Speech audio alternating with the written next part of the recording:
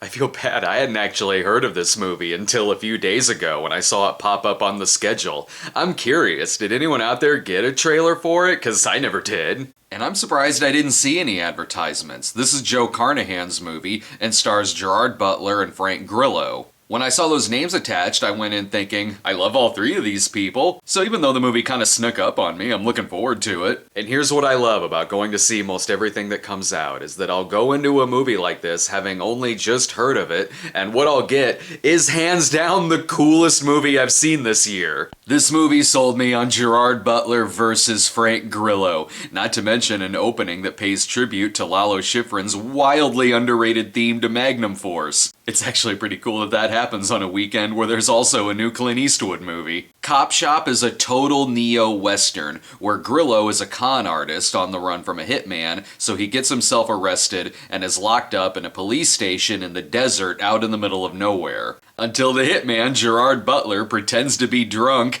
and also gets himself arrested. Dear God, this movie hardcore makes a wonderful pairing with Assault on Precinct 13. The characters in this movie are just fantastic. The movie takes its time in letting you get to know and care about all of these people, before some of them will just die in the blink of an eye. The movie even brings back the angry police sergeant type character who complains about his blood pressure. I love this guy. He's the kind of character who says, "What are you doing in my office? You said it was an open door policy." "I didn't say I had a pain in my ass policy."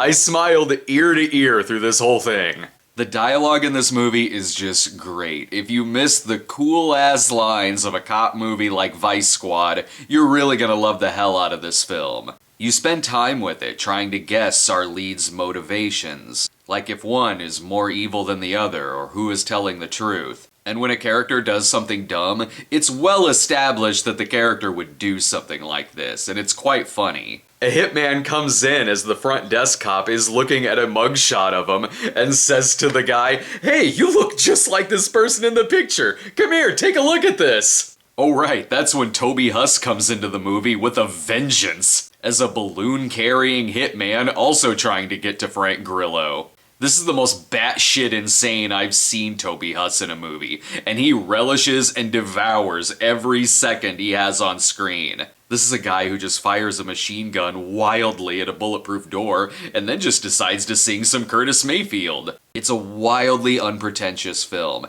and loves being what it is, a really cool, tense thriller that wants to be just that, a carnage-filled police station thriller with characters you love spending time with and doing some badass shit. Everyone here is doing career best work, from Joe Carnahan to Frank Grillo as the sometimes cold, sometimes empathetic con man, to Gerard Butler bathing in booze-soaked gun-wielding sleaze. Alexis Louder is a revelation in this and has great moments where they'll just be bored at the station and dueling with each other with empty chambers. I love this as a movie and just on a personal level too. This is the kind of movie I would have grown up watching and absolutely adored, just as I adore it now. It does such a brilliant job at simply being this groovy, funky music-scored cops versus hitmen flick that I wondered if it was a movie where the script was actually written about 40 years ago, and it doesn't look like it was. The writers love this kind of movie and pays wonderful homage to sleazy, gritty action flicks of the 70s and 80s without winking at the camera or being meta about it. It's 100% genuine,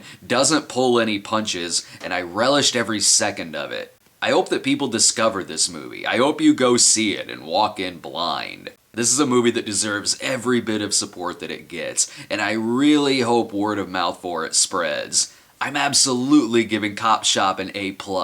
It's a masterpiece of badass cinema. It took me back to being a kid and watching movies with my dad. And I just don't see much like this nowadays. And it's great not only having a cool flick like this in theaters, but that it pulls it off so masterfully as well.